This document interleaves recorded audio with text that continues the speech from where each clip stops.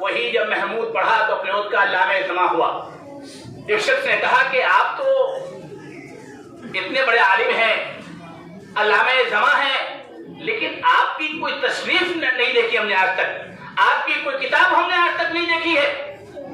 تو حضرت شیخ الہند رحمۃ اللہ نے فرمایا, میاں کون سی کتاب تم میری پڑھنا چاہتے ہو, کس فن میں پڑھنا چاہتے ہو؟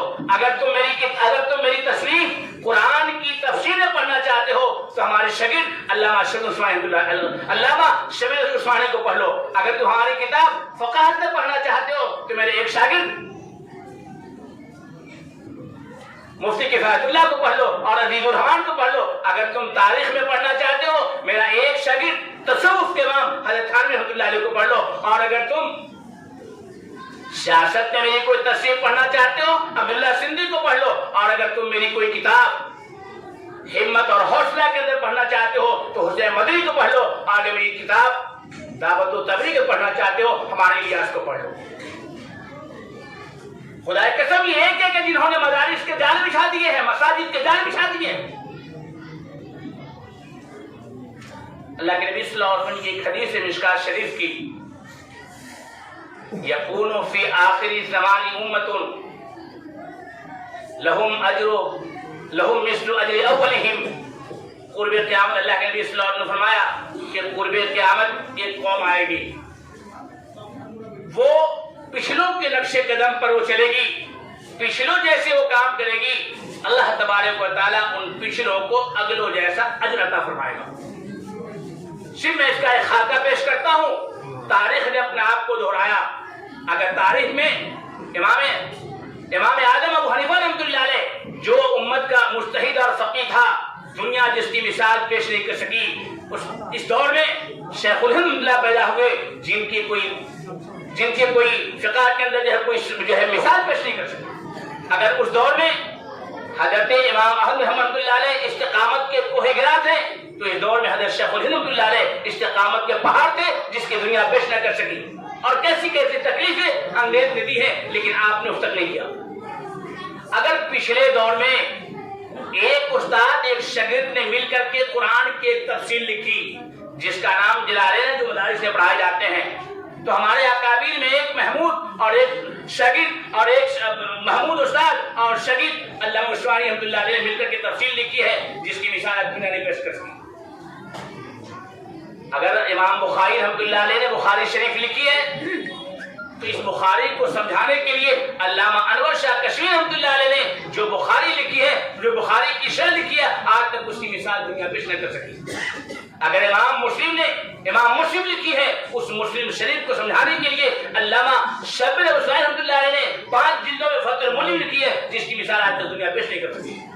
اگر امام داؤد رحمۃ اللہ علیہ نے ابو داؤد لکھی ہے تو علامہ خیر احمد صاحب رحمۃ اللہ علیہ نے بدل المجہود لکھی ہے اس کو سمجھانے کے لیے جس کی مثال آج تک دنیا نہیں پیش کر سکی. اگر امام مالک رحمۃ اللہ علیہ نے موطا امام مالک لکھی اس کو سمجھانے کے لیے محدث حضرت زکریا صاحب کاندھوی رحمۃ اللہ علیہ محاجر مدنی نے اس کو سمجھانے کے لیے ایسی شرح لکھی ہے کہ عرب کا ایک شیخ کو یہ کہنا پڑا کہ قد صنف الموطا, زکریا نے کیا غضب کی جو ہے موطا کی شرح لکھی ہے. خدا کی قسم اس کو پڑھنے کے بعد ایسا لگتا ہے کہ امام مالک بھی ابو حنیفہ کا مقلد ہے. اللہ تبارک و تعالیٰ نے ان بزرگوں سے کام لیا, اس لیے یہ جو بابرکت سلسلہ ہے یہ آگے چلنا چاہیے, یہ آگے بڑھنا چاہیے اور دین کو فروغ ملنا چاہیے. قرآن میں اللہ نے فرمایا انا سنلقی علیک قولا ثقیلا کہ ہم نے آپ پر ایک بھاری کلام اتارا ہے. بھاری کلام قرآن یہ بہت ہی مضبوط ہے. جب تک آدمی اس پر جمے گا دنیا کی کوئی طاقت اسے گمراہ نہیں کر سکتی. اللہ کے نبی صلی اللہ علیہ وسلم نے فرمایا کہ میں دنیا سے جا رہا ہوں, 2 چیز کو چھوڑ کر جا رہا ہوں, جب تک تم اس پر مضبوطی سے جمے رہو گے تم گمراہ نہیں ہوگے. ایک قرآن اور دوسری اپنی سنت, یہ چھوڑ کر کے میں جا رہا ہوں. ضرورت اس بات کی ہے ہم اپنے اعمال کو قرآن و حدیث کی روشنی میں ڈھالیں, ہم اپنے اعمال اور کردار کو آقا صلی اللہ علیہ وسلم کی سنت کی روشنی میں ڈالیں.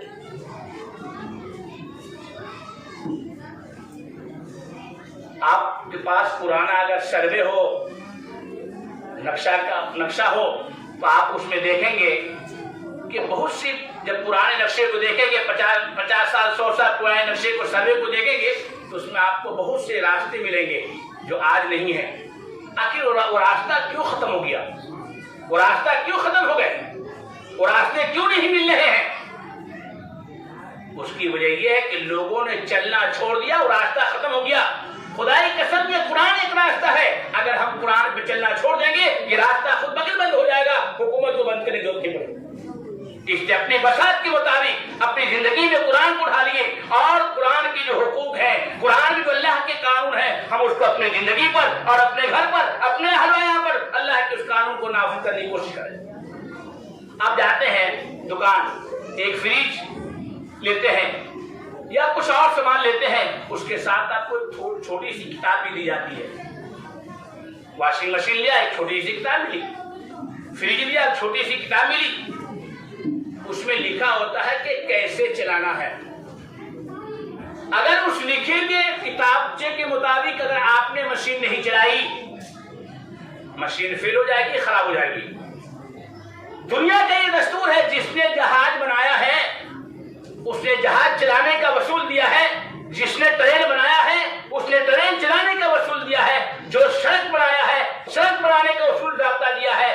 چھوٹی چھوٹی مشین کے سامنے ایک بک ہے جو آپ کو دیا ہے کہ اسی میں جو لکھا ہوا اسی ضابطے کے مطابق اسی طریقے سے آپ مشین کو چلائیں گے، اس کی عمر لمبی ہوگی، زیادہ دیر تک آپ فائدہ اٹھائیں گے۔